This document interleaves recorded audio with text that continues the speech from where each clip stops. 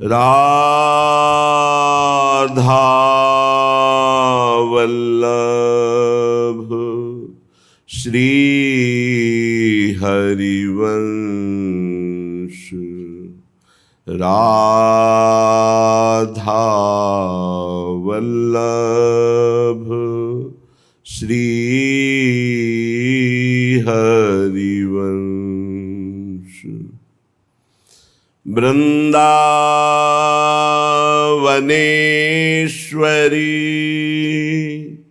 तवैव पदारविन्दम्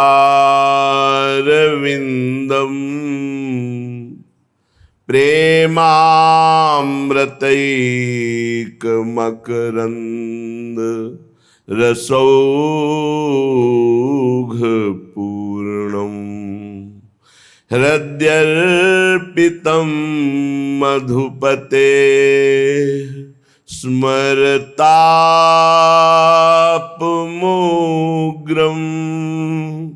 निर्वापयत् परमो शीतलमाश्रयामि। परम शीतल माश्रयामि।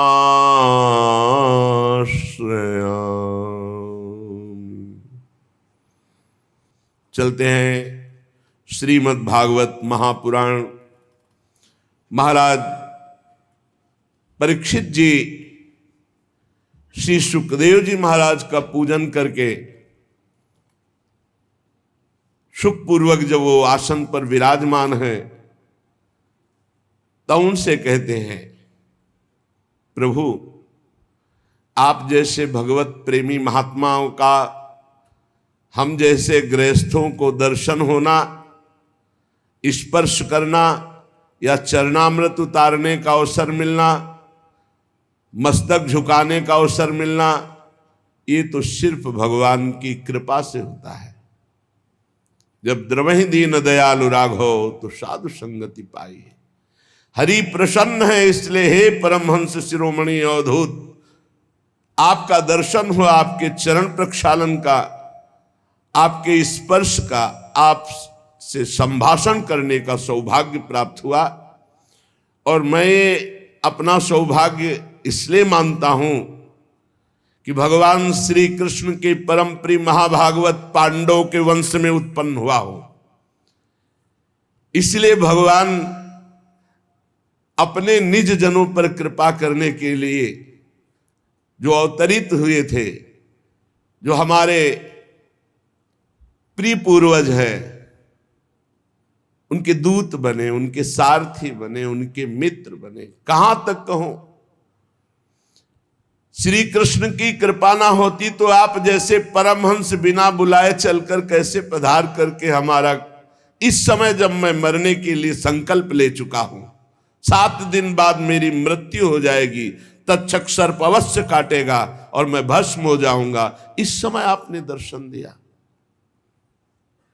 अन्यथा ते अव्यक्त गते दर्शनम न कथम नृणां नितरां म्रियमाणानां संसिद्धस्य वनीयशः। अतः पृच्छामि संसिद्धिं योगिनां परमं गुरुं पुरुषस्य यत्कार्यं म्रियमाणस्य सर्वथा। इसलिए मैं हाथ जोड़कर आपसे प्रश्न करता हूं, आप योगियों के परम गुरु हैं, सिद्धि का स्वरूप क्या है और उस सिद्धि की प्राप्ति की साधना का क्या स्वरूप है?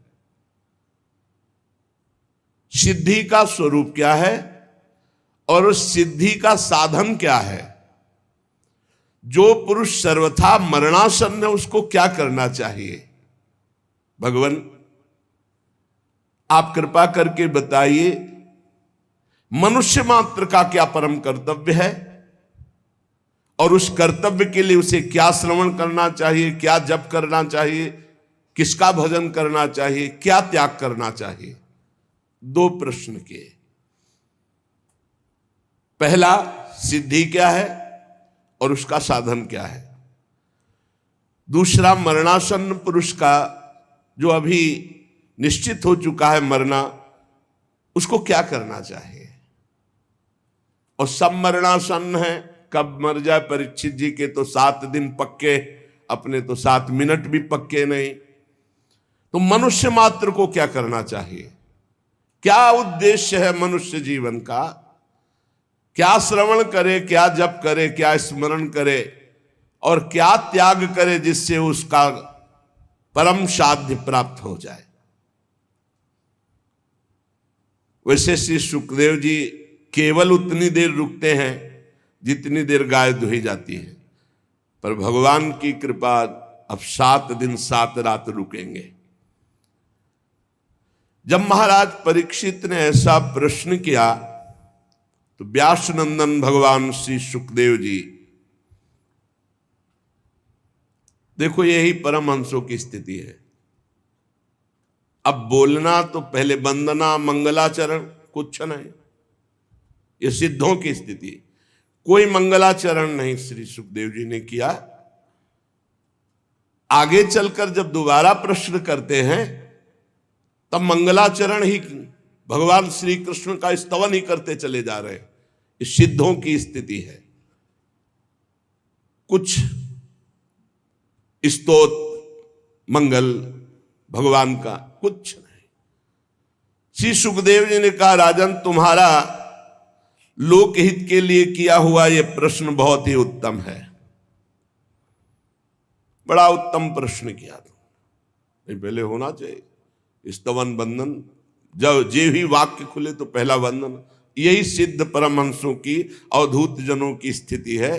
प्रश्न क्या सीधे उत्तर, प्रश्न की महत्ता, तुमने जगत मंगल के लिए यह प्रश्न किया, बड़ा उत्तम प्रश्न है।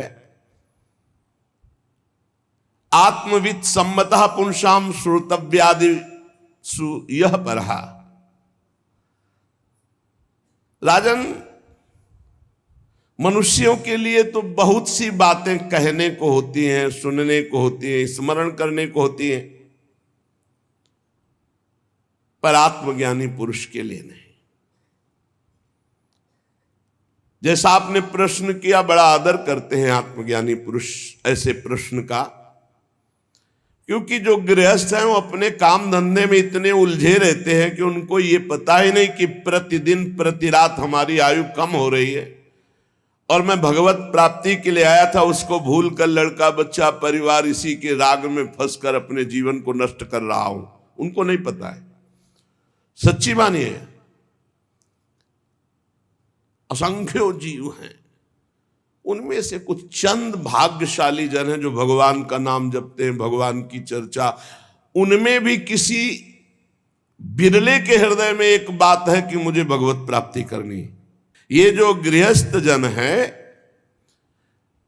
ये घर के काम धंधों में इतने फंसे हुए हैं कि भजन करने के लिए मनुष्य जीवन मिला, ये बातें नहीं आती। हजारों बातें, हजारों कामनाएं, हजारों संकल्प, वो उसी में डूबे रहते हैं। उनकी सारी उम्र कैसे बीतती है? जागृत अवस्था में काम धंधा प्रपंच की बातें और रात्रि में नींद या स्त्री प्रसंग। परमहंस जी कह रहे हैं, निद्रया ह्रियते नक्तम व्यवायेन च वावयः दिवाचार्थे हया राजन कुटुंब भरणे नवा।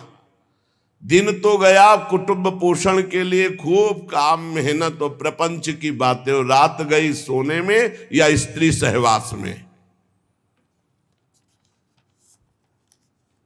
संसार में जिन्हें अपना अत्यंत घनिष्ठ संबंधी कहा जाता है, वो है शरीर, स्त्री, पुत्र, मित्र, भाई, ये सब। महाराज, ये सब असत्य है।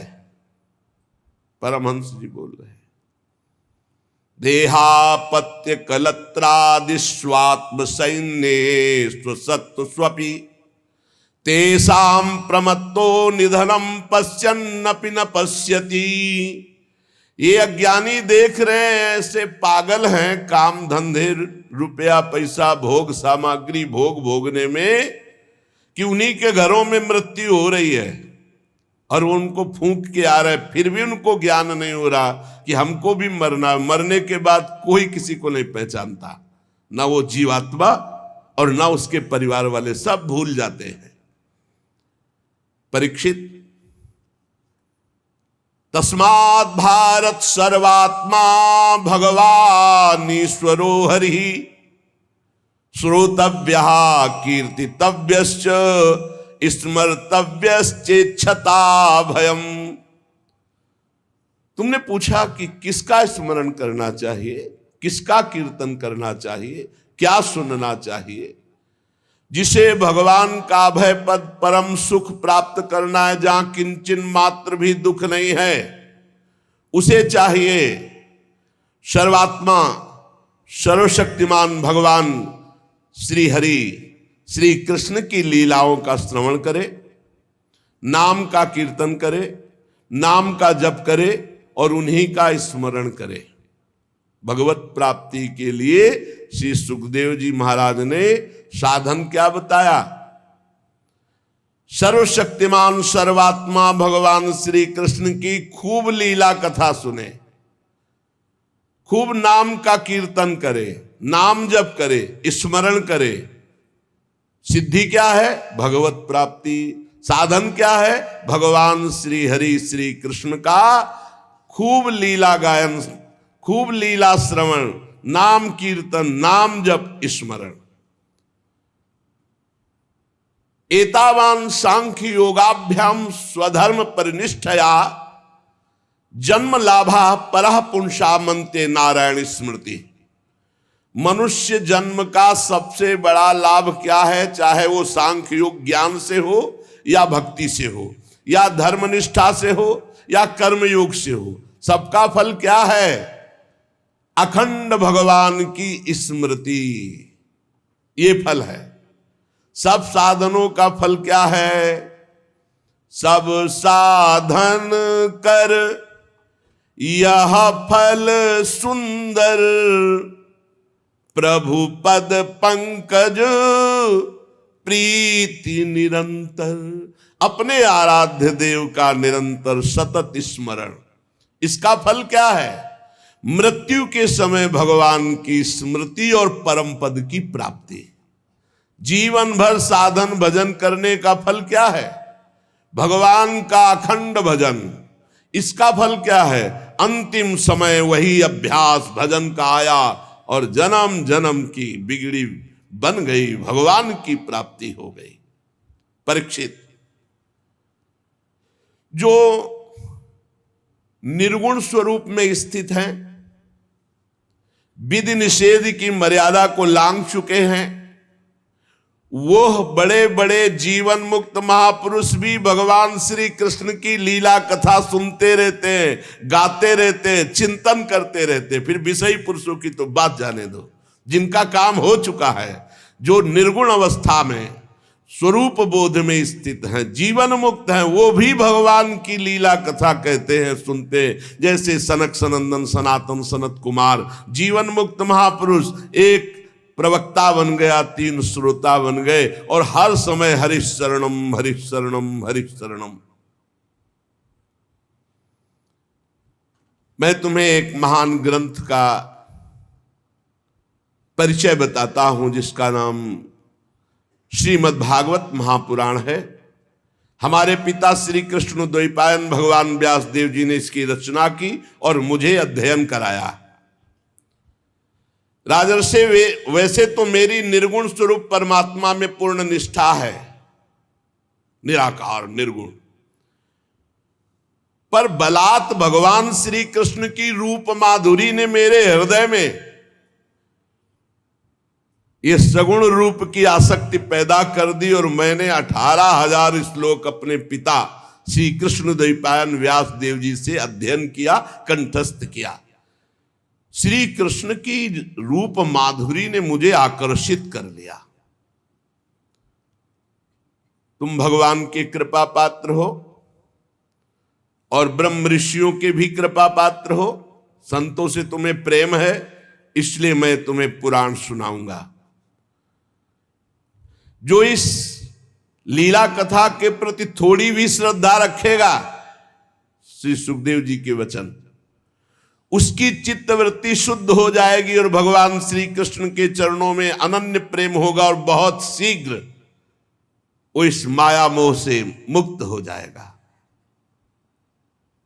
जो लोग इस लोक या परलोक की किसी भी भोग की इच्छा रखते हैं, उनकी समस्त कामनाएं पूर्ण हो जाएंगी ये महापुराण सुनने से। और जिनको संसार दुखमय अनुभव होने लगा है, वो मोक्ष प्राप्त करना चाहते हैं, तो इस लीला कथा सुनने के परिणाम में उसे मोक्ष की प्राप्ति होगी। जिसे लोक परलोक के भोग चाहिए उसे भोग प्राप्त होगा, जो मोक्ष चाहता है उसे मोक्ष की प्राप्ति होगी। और जो साधक योग संपन्न होना चाहता है, सिद्धियां प्राप्त करना चाहता है, उसको सिद्धियों की प्राप्ति होगी। जो ज्ञान प्राप्त करना चाहता है उसे तत्व ज्ञान प्राप्त होगा। पर सबको चाहिए कि भगवान के नाम का प्रेम से खूब कीर्तन करे, खूब जप करे। हर प्रश्न का उत्तर यही होता है। श्री सुखदेव जी महाराज कह रहे सबको चाहिए हरेर नामानुकीर्तनम, चाहे लोक परलोक की कामना की पूर्ति, मोक्ष, भक्ति, प्रेम जो चाहिए, एतन निर्विद्यमाना मिच्छता मकुतो भयम योगिनाम नृप निर्णीतम हरिर नामानुकीर्तनम। सबको चाहिए, क्योंकि सब सिद्धि भगवान के नाम में है। जो नाम कीर्तन करता है, नाम जप करता है, जो चाहेगा वो प्राप्त हो जाएगा। अपने कल्याण साधन की ओर से असावधान रहने वाले इन विषयी भोगी पुरुषों की लंबी आयु अनजाने में पूरी की पूरी व्यर्थ व्यतीत हो जाती है। क्या लाभ है ऐसी लंबी आयु प्राप्त करके? अरे सावधानी से ज्ञान पूर्वक घड़ी दो घड़ी बिता दिया जाए तो वही परम कल्याण का हेतु बन जाएगी। घड़ी दो घड़ी, 24 मिनट, 48 मिनट, बड़ी लंबी लंबी आयु भोगों में प्रपंच में लोग व्यतीत करके मर जाते हैं, कुछ नहीं लाभ ले पाते। और जो ज्ञानी जन सावधान है वो घड़ी दो घड़ी में अपना काम बना लेते हैं। राजर्षि खटवांग को जब पता चला कि मात्र 48 मिनट समय रह गया है हमारी मृत्यु का, बस उसी समय भगवान के नाम में चित्तवृत्ति लगा दी, सारे संसार से हटा के, तो 48 मिनट में भगवान के अभय पद को प्राप्त कर लिया। आपके पास तो अभी समय है, आप निराश ना हो, निरंतर नाम जप करो। कई बार कहा है, आप ध्यान दीजिए सत्संग में कि हर समय राधा राधा हम जप रहे, किसी समय मृत्यु हुई तो हमें भगवान की प्राप्ति हो जाएगी, परम पद मिल जाएगा। परीक्षित, अभी तो तुम्हारे जीवन की अवधि 7 दिन की है। खडवांग ने 48 मिनट में भगवत प्राप्ति की थी। चिंता मत करो, इसी 7 दिन में तुम्हें परम पद में विस्थापित कर दूंगा। जब कोई संत, जब कोई गुरु कहे चिंता मत करो, तो हृदय शीतल हो जाना चाहिए, विश्वास होना। ए परीक्षित, खडवांग ने 48 मिनट में भगवत प्राप्ति की, तुम्हारे 7 दिन, चिंता मत करो, परम पद में मैं विराजमान करूंगा। मृत्यु का समय आने पर वही घबराते हैं जिन्होंने जीवन में भजन नहीं किया। घबराना नहीं चाहिए। वैराग्य से युक्त होकर शरीर संबंध को काट देना चाहिए। अब जीवन भर शरीर संबंध में रहो, मैं पुरुष मैं स्त्री, तो बुढ़ापे में काट पाओगे? नहीं। यावत स्वस्थमिदम कलेवरम यावच्च दूरे जरा, जब तक बुढ़ापा दूर है, शरीर स्वस्थ है, रोगी नहीं हुआ, तब तक मन को प्रभु में लगा लो। अन्यथा जैसे आग लगने पर कुआं खोदना व्यर्थ है, ऐसे ही बुढ़ापे में भजन नहीं होता, नहीं होता। ये सब नाटकबाजी, भजन नहीं होता।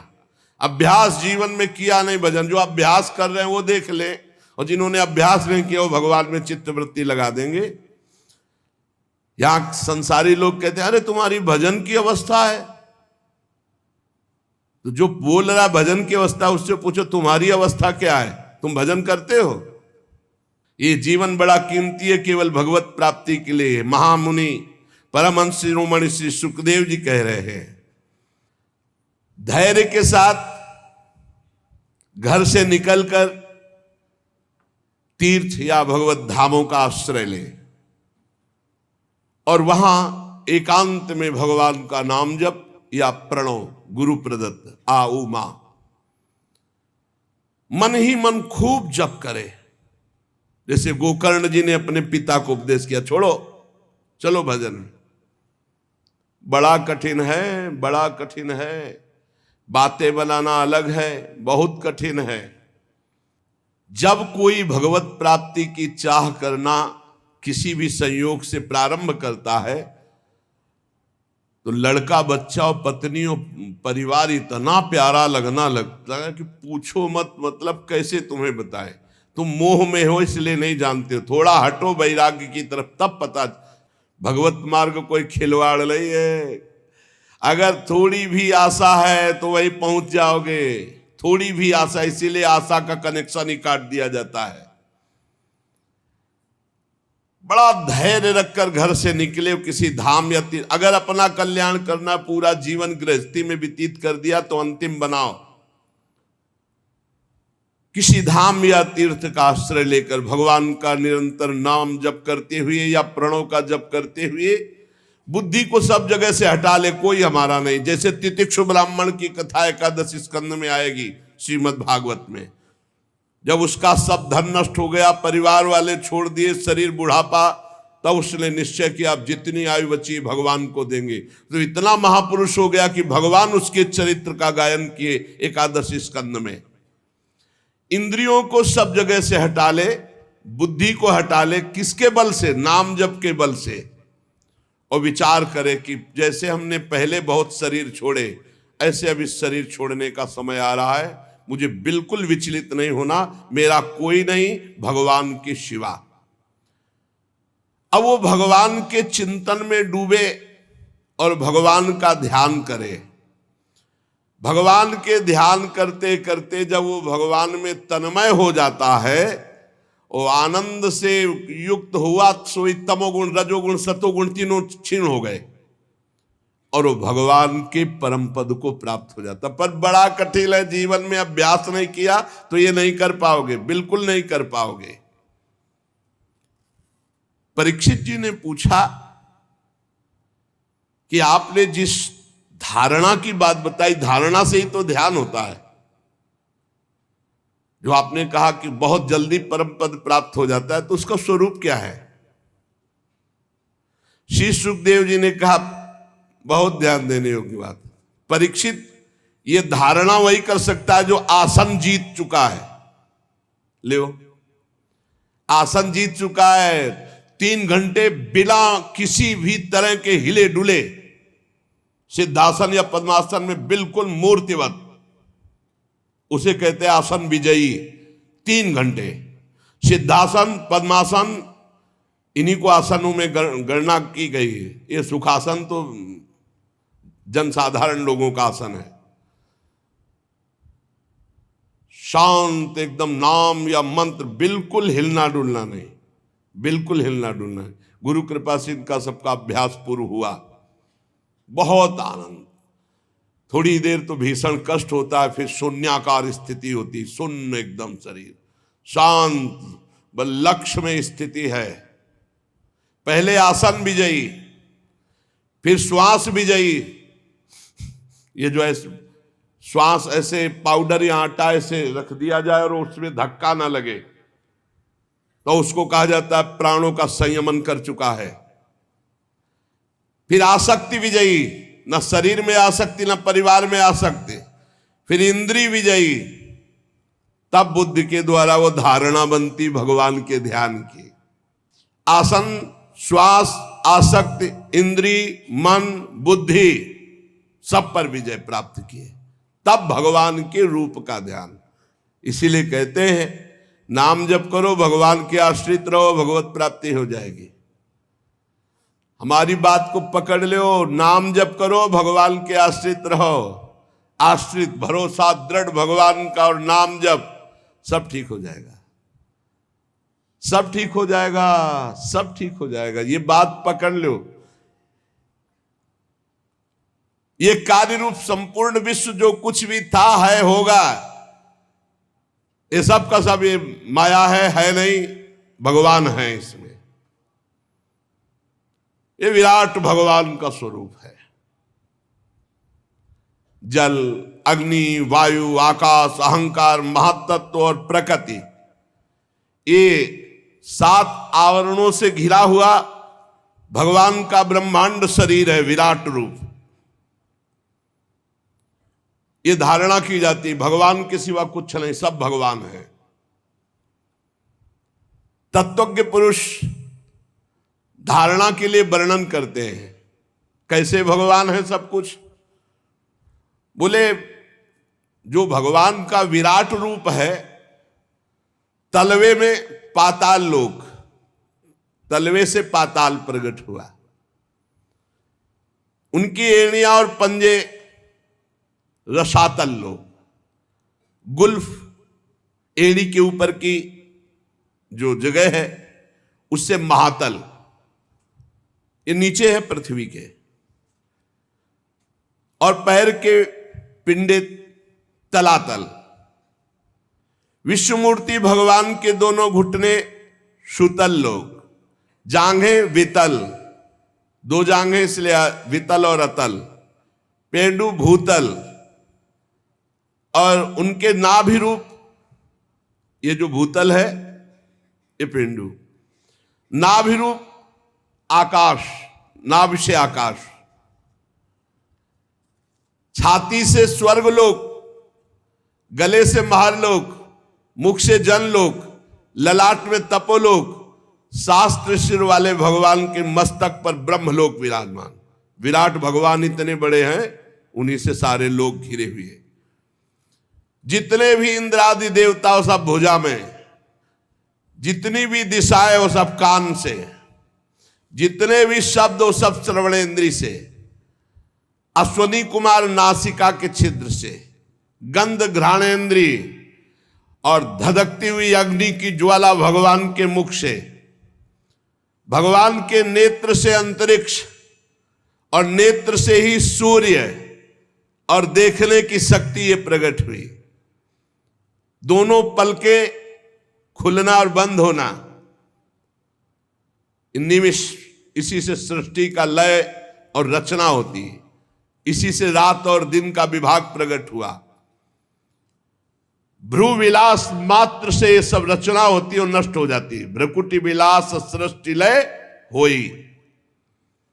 भगवान के तालु से जल का प्रादुर्भाव और रस का प्रादुर्भाव हुआ, और वेदों को भगवान की श्वासों से प्रादुर्भाव, जाकी श्वास वेद श्रुति चारी। यमराज का प्रादुर्भाव भगवान की दाढ़ों से हुआ। सब प्रकार की आसक्ति दांत से प्रकट हुई, और जगन मोहिनी माया का प्रादुर्भाव मुस्कान से हुआ, और ये अनंत सृष्टि एक कटाक्ष से प्रकट हुई विराट भगवान के। ऊपर के ओठ से लज्जा, नीचे के ओठ से लोभ, छाती से धर्म, पीठ से अधर्म भगवान के प्रकट हुआ। प्रजापति जनेन्द्री से प्रकट हुए, मित्रावरुण भी वहीं से, समुद्र भगवान की कोख से, बड़े बड़े पर्वत भगवान की अस्थियों से, विराट पुरुष की नाड़ियों से नदियां, रोम से वृक्ष, जितने वृक्ष सब कुछ विराट भगवान ही बने हुए। प्रबल वायु भगवान के श्वास खींचने और छोड़ने से, भगवान की चाल ही से काल प्रकट हुआ, इसलिए उनकी चाल कोई जान नहीं सकता। भगवान की चाल से ही गुण प्रकट होकर चक्कर लगा रहे, सतोगुण रजोगुण तमोगुण, और चाल चलने से ही कर्म का प्रादुर्भाव हुआ। भगवान के केश से बादलों का प्रादुर्भाव हुआ, भगवान के वस्त्र से संध्या का प्रादुर्भाव हुआ। महात्माओं ने मूल प्रकृति को भगवान के हृदय से प्रकट हुआ बताया। मूल प्रकृति ब्रह्म और मूल प्रकृति, फिर त्रिगुणात्मिका प्रकृति, फिर महातत्व, फिर अहंकार, जिससे सृष्टि प्रकट होती, वो मूल प्रकृति भगवान के हृदय से प्रकट हुई। सब विकारों का खजाना मन, सब विकारों का खजाना मन भगवान से प्रकट हुआ। उसी से चंद्रमा प्रकट हुआ। भगवान के चित्त से महातत्व का प्रादुर्भाव हुआ। भगवान के अहंकार से रुद्र भगवान का प्रादुर्भाव हुआ। भगवान के नखों से घोड़े, खच्चर, ऊंट, हाथी, इनका प्रादुर्भाव हुआ। वन में रहने वाले मृग, पशु, जितने भी पक्षी, जितने भी, ये सब कटि प्रदेश से प्रकट हुए। तरह तरह के पक्षी, उनकी अद्भुत रचना कौशल, ये सब कटि प्रदेश से। भगवान की बुद्धि से स्वयंभू मनु प्रकट हुए और मनु की संतान मनुष्य उनके निवास स्थान बने। गंधर्व, विद्याधर, चारण, अप्सराएं, षडज, समस्त स्वर, समस्त गीत, स्मृति, दैत्य, ये सब भगवान के वीर से प्रकट हुए। सप्तम धातु भगवान का ये विराट स्वरूप है। सब कुछ भगवान ही बने हुए हैं। परीक्षित, मैंने तुम्हें भगवान के विराट स्वरूप का वर्णन किया। जैसे स्वप्न देखने वाला स्वप्नावस्था में अपने आप को अनेक रूपों में देखता है, पदार्थ भी वही, व्यक्ति भी वही, कुछ और नहीं, केवल वही स्वाप्निक। ऐसे ही सब स्वाप्निक है। विराट भगवान ने जो पैदा किया माया के द्वारा, ये सब स्वाप्निक है। इसमें सत्य केवल भगवान है। जो इसमें रम जाता है उसका अधापतन हो जाता है। इस रचना में जो रम जाता है उसका अधापतन हो जाता है, दुर्गति को प्राप्त होता है। श्री सुखदेव जी ने कहा, सुनो परीक्षित, सृष्टि के प्रारंभ में जो ब्रह्मा जी भगवान के नाभि कमल से प्रकट हुए, उन्होंने इन्हीं विराट पुरुष की धारणा की थी। तब उनको स्मृति प्राप्त हुई थी जो प्रलय काल में विलुप्त हो जाती है। उन्हीं की दृष्टि से अमोघ बुद्धि निश्चयात्मिका हो गई। तब ब्रह्मा जी ने जगत को पुनः रचा जो प्रलय के पहले था। ये वेदों की ऐसी वर्णन शैली है कि लोगों की बुद्धि स्वर्ग आदि में फंस जाती है। जीव वासना स्वप्न जैसे देखता ऐसे स्वर्गलोक भी है। एक थोड़ा अच्छा स्वप्न है, कुछ नहीं। सच्चे सुख की प्राप्ति से जीव वंचित हो जाता है, वह है भगवत प्राप्ति। इसलिए विद्वान पुरुष को चाहिए कि जितना ये मायाकृत नाटक है, जितने से काम चल जाए उतना काम चलाओ और हर समय नाम जप करो, समय व्यर्थ मत जाने दो। ये सब माया है, मायाकृत रचना है। जितना प्रयोजन जिस वस्तु से रखोगे उतना ही बंधते चले जाओगे। अपनी बुद्धि को बचाओ, वस्तु व्यक्ति स्थान से और श्री भगवान में लगाओ। संसार के पदार्थ प्रारब्ध के अधीन हैं। चाहे जितना पढ़ लिख ले हो, अगर तुम्हारे प्रारब्ध में है कि धन मिलेगा तो मिलेगा, नहीं तो पढ़े डिग्री लिए घूमो, ना नौकरी मिलेगी ना धन मिलेगा। लेकिन भगवान का भजन कर लो तो भगवान मिल जाएंगे। प्रारब्ध के अधीन नहीं, सुख दुख प्रारब्ध के अधीन है, पक्का समझ लो। तुम्हारा प्रयत्न निष्फल होगा यदि तुम्हारे प्रारब्ध में धन नहीं है। प्रारब्ध में धन है तो प्रयास ना होने पर भी देख लो खूब धन वैभव, लेकिन प्रारब्ध में सुख और दुख होता है, भगवत प्राप्ति नहीं। इसलिए ऐसा भजन करो कि प्रारब्ध को नष्ट कर दो, सुख और दुख से परे परमानंद में निमग्न हो जाओ। ये मनुष्य शरीर इसलिए मिला है। परीक्षित, जब जमीन में सोने से काम चल सकता है तो पलंग के लिए क्यों प्रयास करें? भजन करो, काहे को? जब भुजा भगवान ने दी है उससे तकिया का काम चल जाता है तो तकिया लाने की आवश्यकता क्या है? भजन के लिए जन्म हुआ, भजन के लिए। जब अंजलि से काम चल सकता है तो बहुत से पात्र बटोरने की जरूरत क्या है? जब वृक्ष की छाल या साधारण वस्त्र पहनने से काम चल सकता है तो सब विलासिता की जरूरत क्या है? भूख लगने पर शरीर पोषण के लिए भगवान सबकी व्यवस्था किए हैं, फिर उसके प्रयास में इतना कि पूरा जीवन ही नष्ट कर देना, खान पान भोग सामग्री बस। भगवान जल, वायु, भोजन और पृथ्वी का आधार, इस सब को फ्री दिए, सबको, चराचर जगत को। आवश्यकता की पूर्ति भगवान ने स्वयं कर दी है। चाह की पूर्ति के लिए तुम्हें भटकना पड़ेगा, और सब आवश्यकता से तृप्त नहीं है, चाह में भटक रहे, सब चाह में। बहुत विलासिता में जीव जीवन व्यतीत करके भगवत विमुख सब का सब नष्ट कर देता है। शरीर को जितना आप विलासी बना दोगे उतना ही परेशानी है। ये जो आजकल चले हैं ना भोजन बाजार वाले, जो खूब चकाचक स्वाद वाले, यही सब। अरे दाल रोटी खाओ, प्रभु के गुण गाओ, थोड़ा व्यायाम करो, प्राणायाम करो, शरीर स्वस्थ, भगवान का चिंतन करो, खूब समाज सेवा, जो किसानी, व्यापार, नौकरी, ये सब भगवान की सेवा है।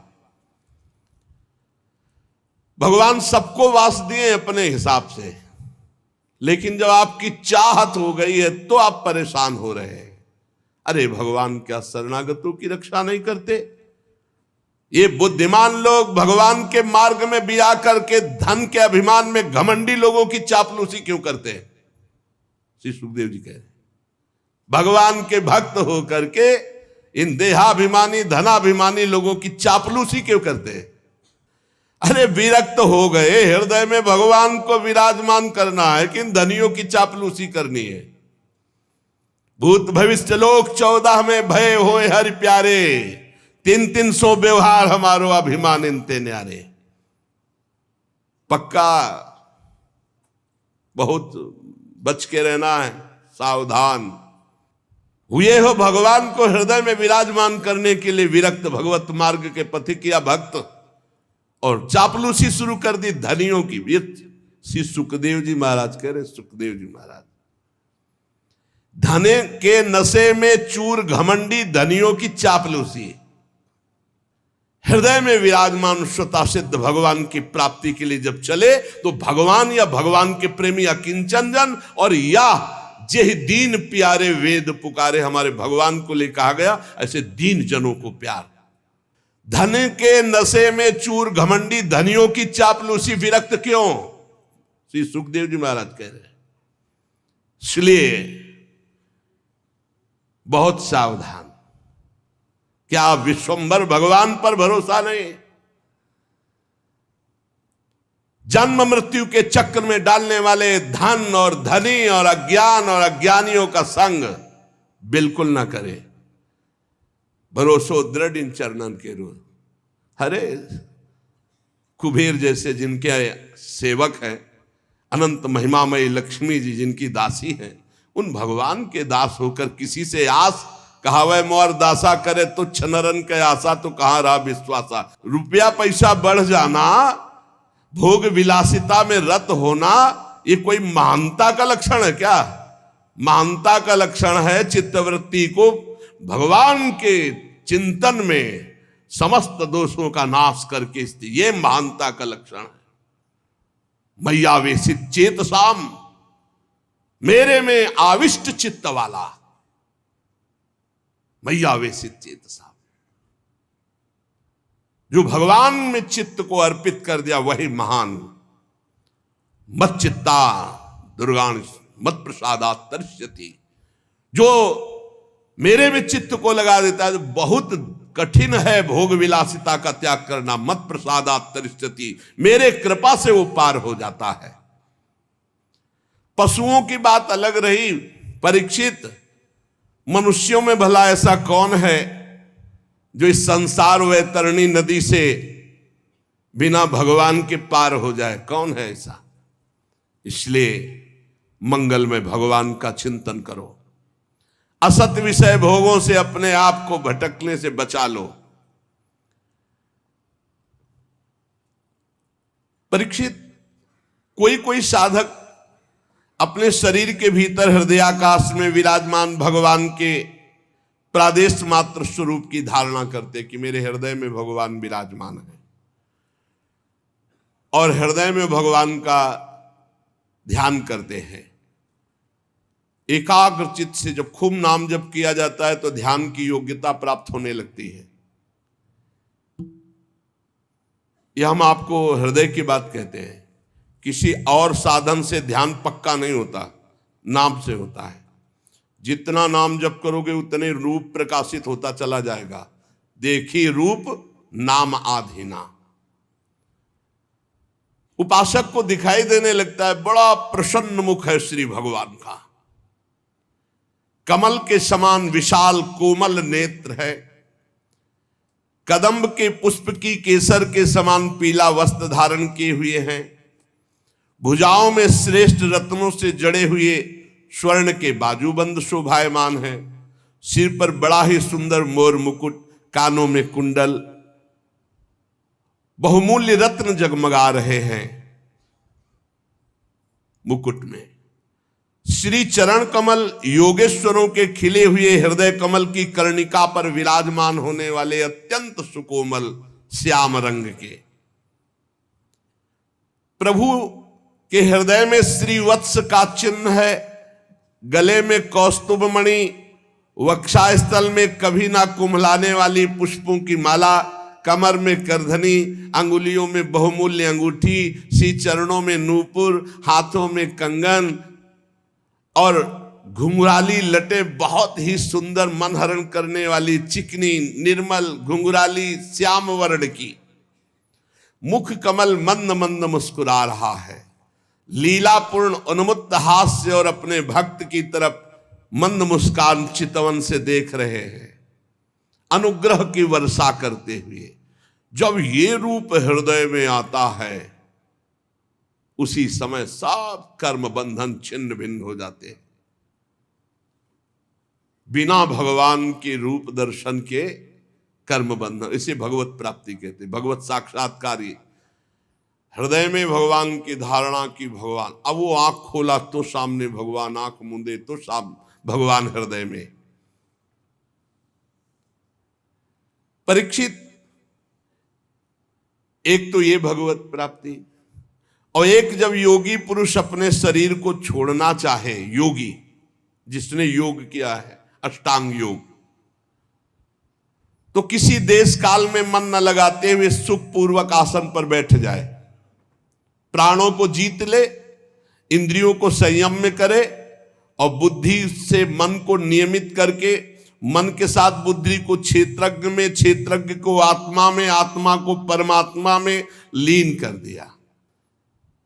निर्मल बुद्धि को मन में और मन के साथ बुद्धि को क्षेत्रज्ञ, क्षेत्रज्ञ को अंतरात्मा में, अंतरात्मा को परमात्मा में लीन करके वो शांति पद को प्राप्त हो गया। अब उसके लिए कोई कर्तव्य शेष नहीं रहा, वो जीवन मुक्त महापुरुष हो गया। यहां ना सतोगुण है, ना रजोगुण है, ना तमोगुण है। अब काल की भी दाल उस महात्मा के ऊपर नहीं गलती जो ऐसी स्थिति को प्राप्त है। योगी लोग चित्तवृत्ति का निरोध करके परमात्मा में ऐसी स्थिति प्राप्त करते। अलग अलग श्री सुखदेव जी भगवत प्राप्ति का स्वरूप वर्णन करते हैं। यही परम पद है। एक भगवान के नाम जप करते हुए ध्यान में स्थित हुआ, और एक जो है योगी इस तरह से परमात्मा में स्थित हुआ। अब एक है ज्ञान दृष्टि। ज्ञान दृष्टि बल से जिसकी सब चित्त वासना नष्ट हो चुकी है, वो ब्रह्मनिष्ठ अपने को परमात्मा स्वरूप देखता है। वो जब शरीर त्याग करता है तो कैसे, एड़ी से अपनी गुदा को दबाकर, गुदा द्वारा बिना घबराहट के प्राणवायु को षटचक्र भेदन करता है। वह मनस्वी नाभि चक्र मणिपूरक में स्थित वायु को हृदय चक्र अनाहत में, वहां से उदान वायु को वक्षा स्थल में, विशुद्ध चक्र में, फिर वहां से वायु को धीरे धीरे तालुमूल विशुद्ध चक्र के आगे बढ़ा देता है। तदनंतर 2 आंख, 2 कान, 2 नासा छिद्र, मुख, इन 7 को रोक करके वायु प्राणवायु को भौं के बीच में आज्ञा चक्र में ले जाता है। अगर उसे किसी लोकांतर का भोग चाहिए तो फिर वहां रुकना होता है, वहीं से संकल्प बनेगा और वो उसी लोक में पहुंचेगा। और अगर नहीं तो आधी घड़ी 12 मिनट तक आज्ञा चक्र में वायु को रोके, फिर वहां से शास्त्र सार ब्रह्मरंध्र, और फिर ब्रह्मरंध्र का छेदन करके जीवन मुक्त परमात्मा स्वरूप हो गए। एक ये गति है। और यदि योगी को वहां इच्छा हो जाए कि मैं ब्रह्मलोक में जाऊं, 8 सिद्धियों का भोग भोगूं, जो वो सब प्राप्त हो जाएगा। अरे इसीलिए भजन करो। योगी का शरीर वायु की भांति सूक्ष्म हो जाता है। वो उपासना, तपस्या, योग, ज्ञान का सेवन करने वाला त्रिलोकी के बाहर भीतर कहीं भी घूम सकता है, पास मिल जाता है उसको। जहां चाहे, देवलोक, ब्रह्मलोक, तपलोक, महारलोक, रसातल, तलातल, पाताल, जहां चाहे। ये भगवान का शिशुमार चक्र विश्व ब्रह्मांड का भ्रमण केंद्र है। योगी चाहे तो मारलोक चला जाए, सत्यलोक चला जाए, सत्यलोक जाएगा, जितनी ब्रह्मा की आयु वहां आनंद लेकर फिर वो ब्रह्म को प्राप्त हो जाएगा। भगवान का भजन करने वाला जिस पद को प्राप्त होता है, वहां ना शोक है, न दुख है, न बुढ़ापा है, न मृत्यु है, न भूख है, न प्यास है, न मान है, न अपमान है, न उद्वेग है, न भय है, न केवल आनंद ही आनंद। यही प्राप्त करने के लिए मानव देह मिला है। ब्रह्मलोक में केवल एक बात का दुख है, वो जब मृत्यु लोक के प्राणियों को भोगों में रत देखते हैं तब वो दुखी होते कि अरे भजन कर लेता तो हमसे भी ऊपर भगवान के धाम को जा सकता, कैसा जीवन बर्बाद कर रहा है। बस इसी बात की व्यथा ब्रह्मलोक के ब्रह्म ऋषियों को होती है।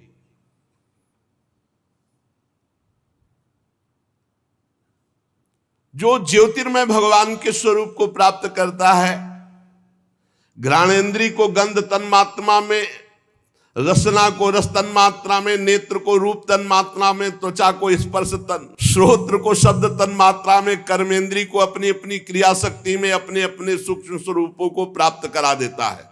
पंचभूतों को स्थूल सूक्ष्म आवरणों को पार करके अहंकार में प्रवेश करता है। सूक्ष्म भूतों को तामस अहंकार में, इंद्रियों को राजस अहंकार में, मन और इंद्रियों को अधिष्ठात्र देवताओं को सात्विक अहंकार में, इसके बाद अहंकार के सहित लय रूप गति के द्वारा महातत्व में, और महातत्व प्रकृति रूप आवरण में, और प्रकृति रूप ब्रह्म में। अब वो ब्रह्म प्राप्त। ये सब योगियों की गति। बड़ा कठिन है ब्रह्म प्राप्ति, वो बड़ा सरल है। राधा राधा राधा मान लो। इसीलिए हम बार बार कहा करते हैं कि हम ऐसे अंधविश्वास में नहीं बोल रहे, बहुत सोच समझ के, बहुत जीवन यात्रा करके बोल रहे हैं। नाम जप करो, भगवान के आश्रित रहो, सारे कर्म भगवान को समर्पित कर दो, भगवत प्राप्ति हो जाएगी। नहीं, देखो कितनी कठिन है। जो तुम समझ नहीं सकते वो करना होता है, तब वो परमाणु यहाँ फोड़ करके, एक की ब्रह्मरंध्र फोड़ करके हो रही। सुना था? कुछ नहीं पता, बस राधा राधा जपो और जो कर्म हो भगवान को अर्पित करो।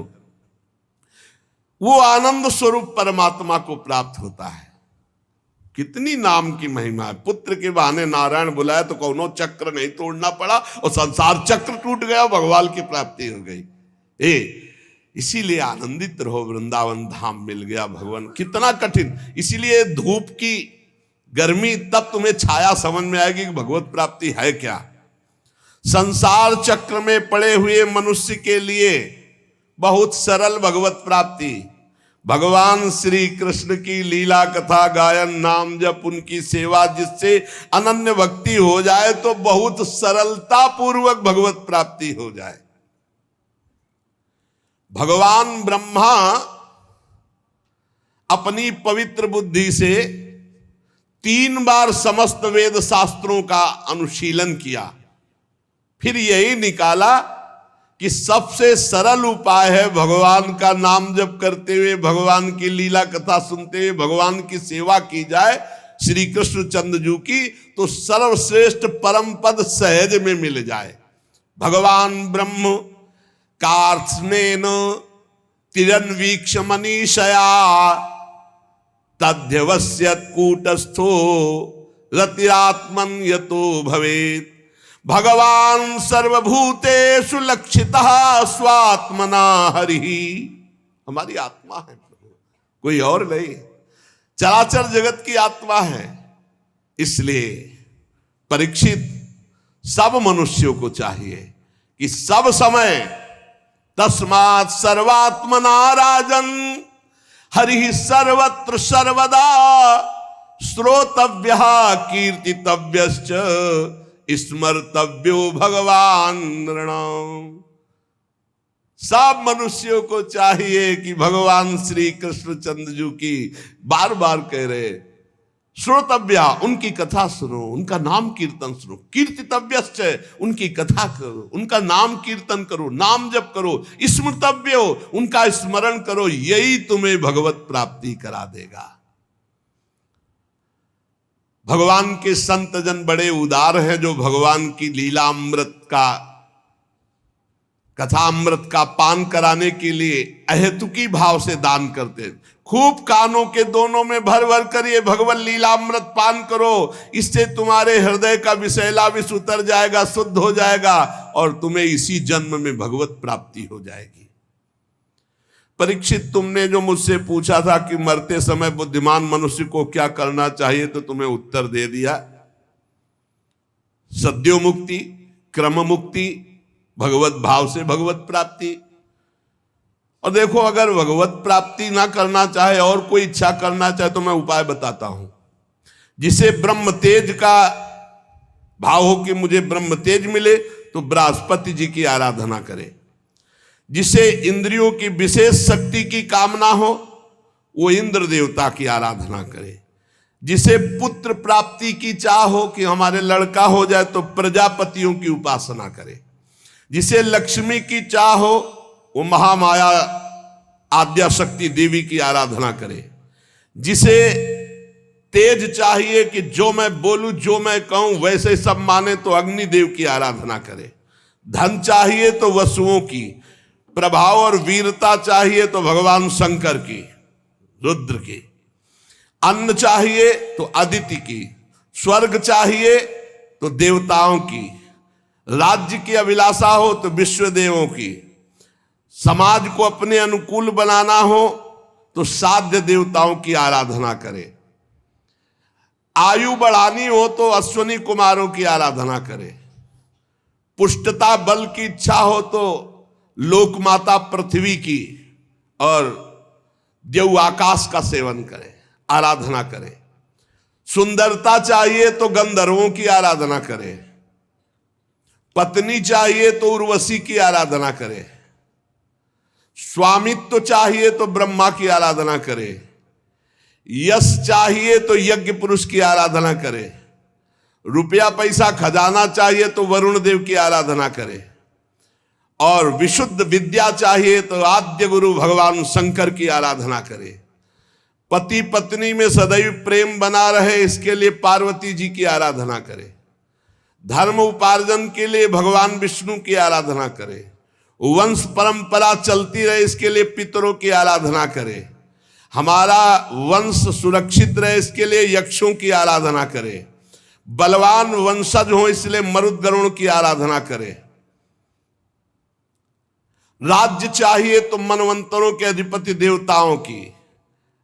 किसी को अगर नुकसान पहुंचाना है, अविचार, तो नैऋत्य की।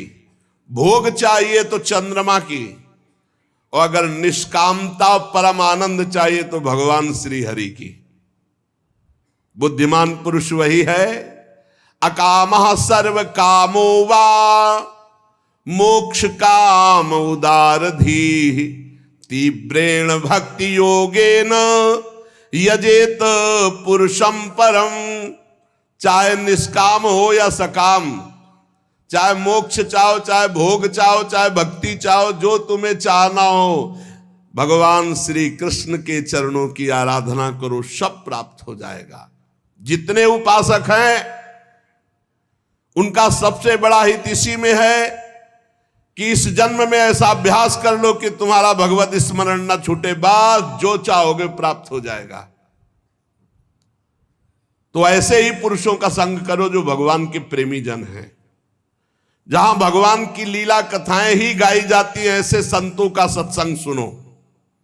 ये दुर्लभ है सत्संग, जहां केवल भगवान की चर्चा होती, शास्त्र सम्मत चर्चा होती, जिससे संसार की त्रिगुणमयी तरंगमालाओं के थपेड़े शांत हो जाते हैं, हृदय शुद्ध होकर आनंद का अनुभव करता है, इंद्रियां विषयों से अनासक्त होकर भगवान में लग जाती हैं। ऐसी रसमयी कथाएं जहां हो रही हैं, वही सत्संग सुनो, इसी से तुम्हारा परम कल्याण होगा। शौनक जी कहते, सूत जी, राजा परीक्षित ने सुखदेव जी की बात सुनकर उनसे और क्या पूछा, क्योंकि सुखदेव जी तो बड़े सर्वज्ञ हैं और बहुत ही मधुर पवित्र वाणी है, क्योंकि ब्रह्मबोध संपन्न महापुरुष हैं।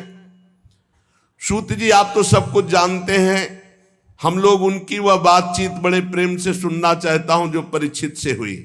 आप कृपा करके सुनाइए, क्योंकि संतों की सभा में ऐसी ही बातें होती हैं जिनका पर्यावसान भगवान के श्री चरणारविंद में होता है। अर्थात संतों का संग निश्चित भगवत प्रेम प्रदान करता है। पांडुनंदन महारथी राजा परीक्षित बड़े भगवत भक्त थे। वो ऐसे थे कि बाल्यावस्था में भी भगवान की लीला चरित्रों का अभिनय करके खेलते थे। और भगवान में सुखदेव जी को क्या कहना है, ये तो जन्म से ही विरक्त थे, तो प्रश्नकर्ता उत्तर देने वाले दोनों महान पुरुष हैं। इसलिए क्या चर्चा हुई श्री परीक्षित जी और भगवान सुखदेव जी के बीच में। महाराज, जिसका समय भगवान के नाम जप में, भगवान की लीला कथा में व्यतीत होता है, उन्हीं का जीवन धन्य है, और तो सब व्यर्थ में जी रहे हैं। रोज भगवान सूर्यदेव उदय होकर के और अस्त होकर के सबकी आयु का नाश कर रहे हैं। महाराज, क्या वृक्ष नहीं जीते? वो भी जीते। अगर भगवान का नाम नहीं जपते हो, भगवान की लीला कथा नहीं सुनते हो, भगवत भाव से सेवा नहीं करते हो, तो तुम्हारा जीना क्या? क्या वृक्ष नहीं जीते? तरवाह किम न जीवंती, भस्त्राहा किम न श्वसंत्युत। क्या लोहार की धोकनी सांस नहीं लेती? न खादंती न मेहंती किम ग्राम पशुओं परे। क्या गांव के जो पशु हैं वो खाते पीते नहीं है क्या? वो भी खाते पीते। क्या वो मैथुन नहीं करते? वो भी बच्चा पैदा करते। तुम मनुष्य होकर के यही खाना पीना, श्वास लेना, बच्चा पैदा करना, सोना जागना, तो तुम्हारा मनुष्य जीवन किस बात से श्रेष्ठ रहा? अरे जिसके कान में भगवान का नाम नहीं पड़ा, भगवान की लीला कथा नहीं पड़ी, वो नर पशु, कुत्ते, ग्राम सूकर, ऊंट और गधे से भी गया बीता है। स्वविद्वरा होष्ट खरई संस्तुतः पुरुषः पशु नयत्कर्ण पथोपेतु जातु नाम गदाग्रजः बिलेबतो रुक्रम विक्रमान्ये न शृण्वतः कर्णपुटे नरस्य जिह्वा सती दार्दुरिके वसूत न चोपगाय तिरुगाय गाथा। आहा, जिसके कान में भगवान का नाम नहीं पड़ा, भगवान की लीला कथा नहीं पड़ी, वो मनुष्य पशु, कुत्ते, ग्राम सूकर, ऊंट और गधे से भी गया बीता है। श्री सुखदेव जी महाराज महामहिम परीक्षित जी महाराज जी के जो प्रश्नों का उत्तर दे रहे, वो सुनने की इच्छा से शौनक जी महाराज ये बात कह रहे। सूत जी, जो मनुष्य भगवान श्री कृष्ण की कथा कभी नहीं सुनता, उसके कान बिल के समान है। कान का महत्व है भगवान का नाम सुनना, भगवान की चर्चा सुनना। जिन हरि कथा सुनी नहीं काना, श्रवण रंध अहि भवन समाना। वो बिल के समान है जिसमें सांप रहता है, वो बिल। श्रवण रंध अहि भवन समाना, जिन छेदों में सांप आदि रहते हो छेद मात्र है, जिनमें भगवान का नाम, भगवान की चर्चा नहीं गई।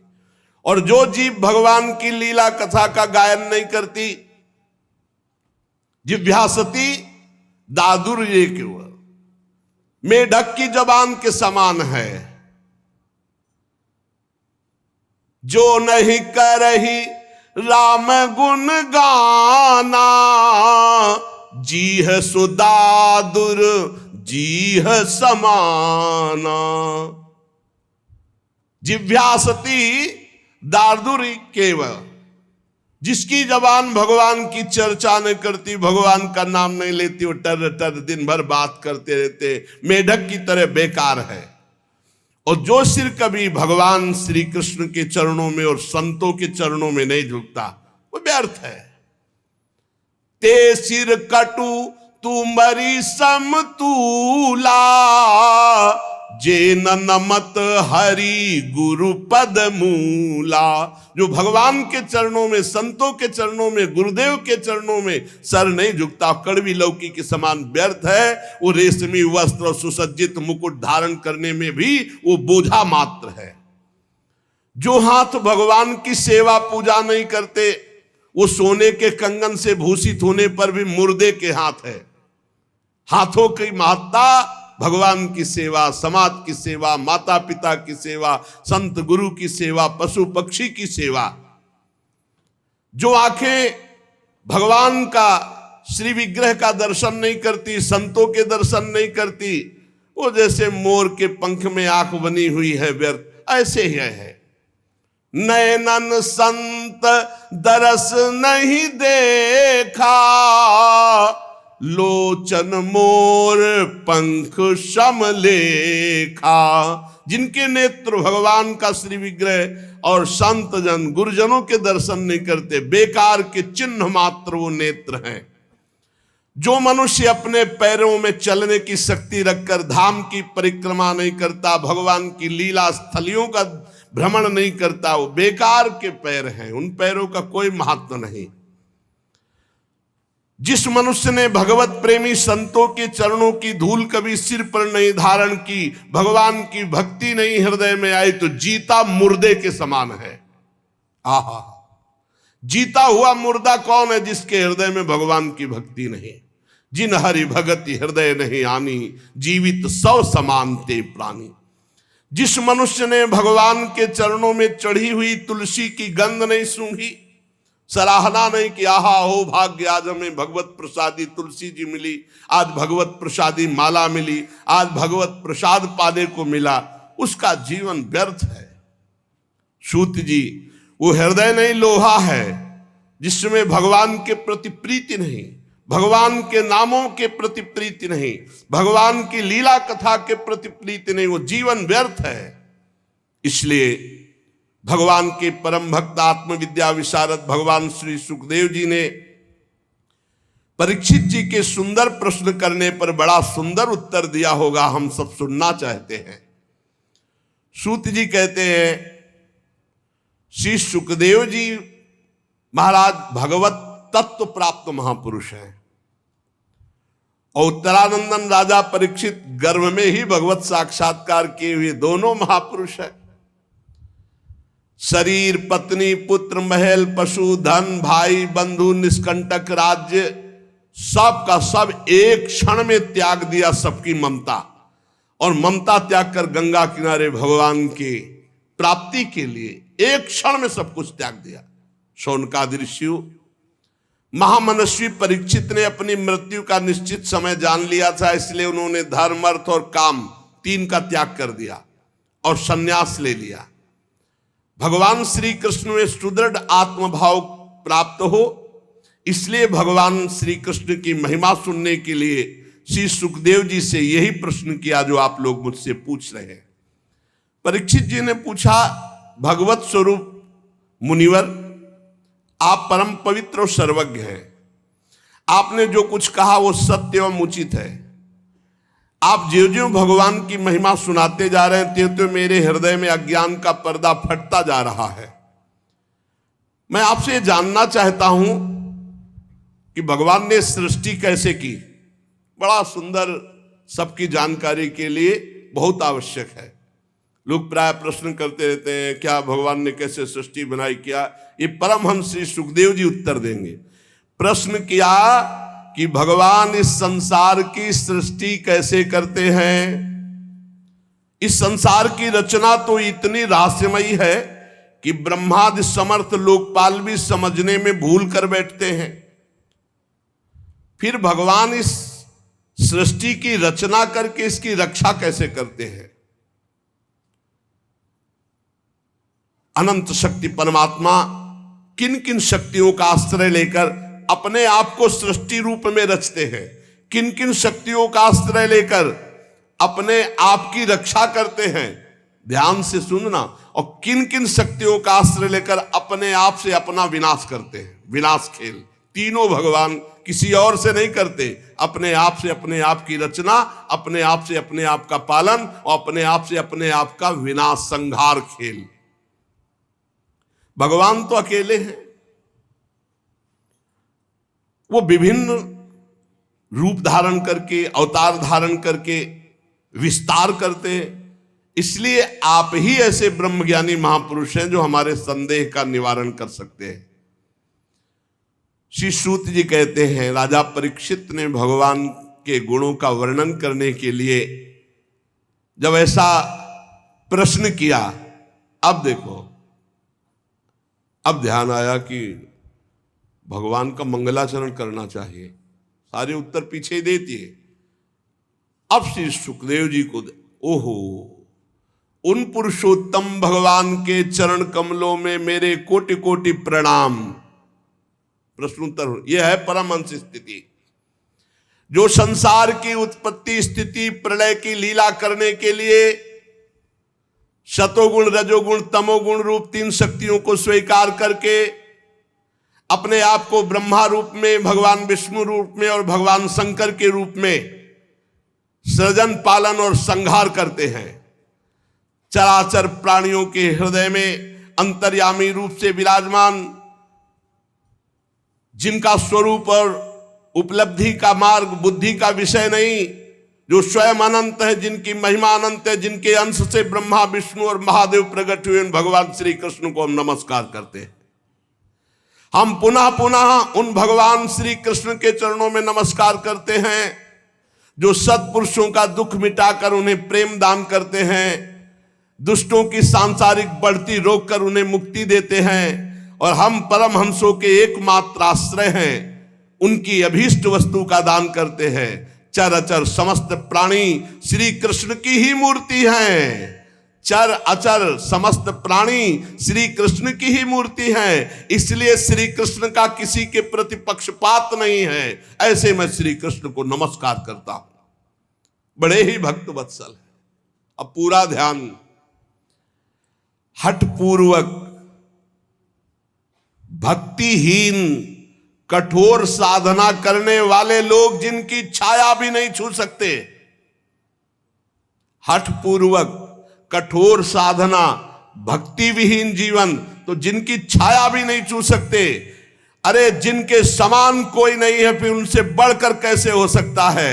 ऐसे महामहिम निरंतर ब्रह्म स्वरूप अपने स्वरूप में विहार करने वाले भगवान श्री कृष्ण को मैं बार बार नमस्कार करता हूं, जिनका कीर्तन, यत् कीर्तनम यत् स्मरणम यदीक्षणम यद वंदनम यत् श्रवणम यदर्हणम लोकस्य सद्यो विधुनोति कल्मषं तस्मै सुभद्र श्रवसे नमो नमः।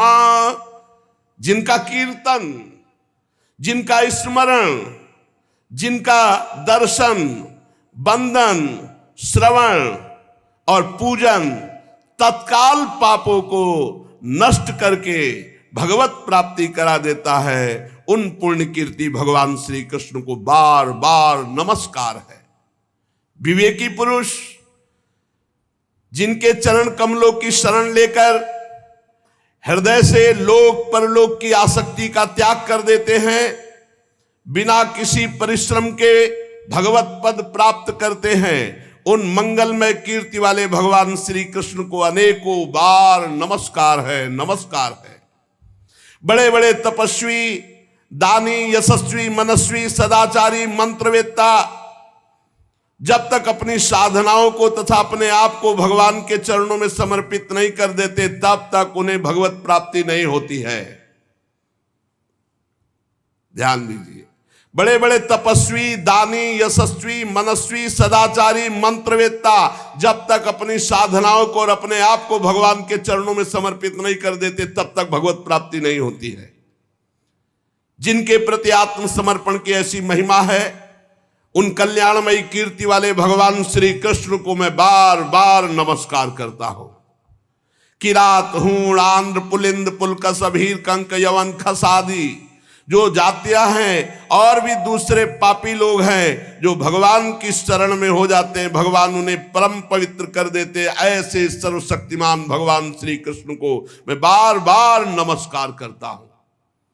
वे ही भगवान ज्ञानियों की आत्मा हैं, योगियों के परमात्मा है, भक्तों के भगवान है, कर्मकांडियों के लिए वेद मूर्ति हैं, धार्मिकों के लिए धर्म मूर्ति हैं, तपस्वियों के लिए तपः स्वरूप है। ब्रह्मा, शंकर आदि बड़े बड़े देवता अपने शुद्ध हृदय से उनके स्वरूप का चिंतन करते हैं और आश्चर्यचकित होकर देखते हैं वो भगवान श्री कृष्ण मुझ पर अपना अनुग्रह प्रसाद की वर्षा करें।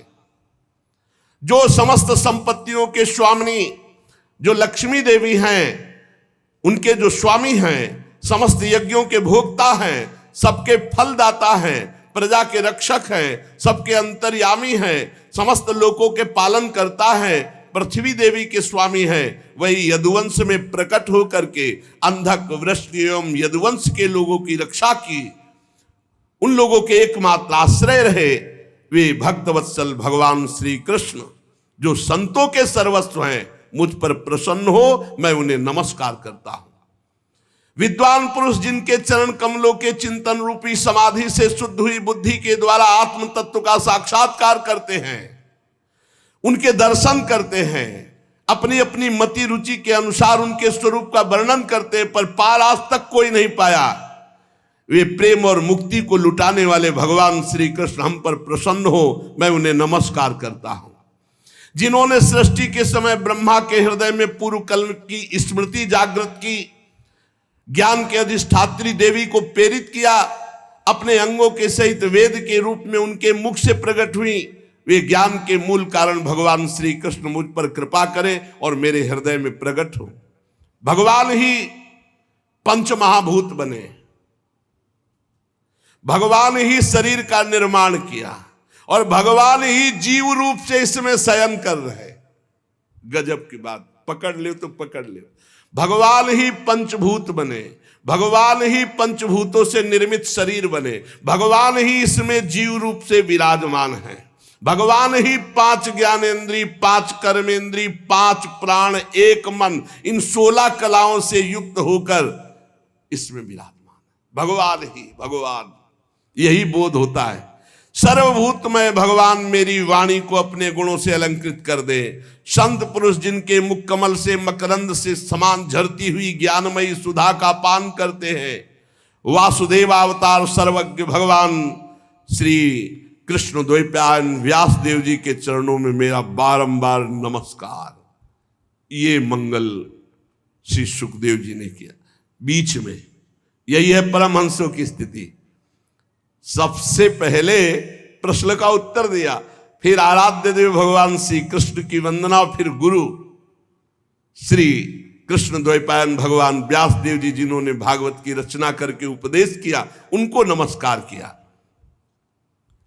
परीक्षित सुनो, वेद गर्भ स्वयंभू भगवान ब्रह्मा से नारद जी ने यही प्रश्न किया था कि आपने सृष्टि कैसे प्रकट की, जिसका स्वयं भगवान नारायण ने उन्हें उपदेश किया था, वही मैं तुमसे कह रहा हूं। ध्यान से सुनो। नारद जी ने जो प्रश्न किया और भगवान ने जो उत्तर दिया, वो आगे चर्चा करेंगे। श्री राधा वल्लभ लाल की जय।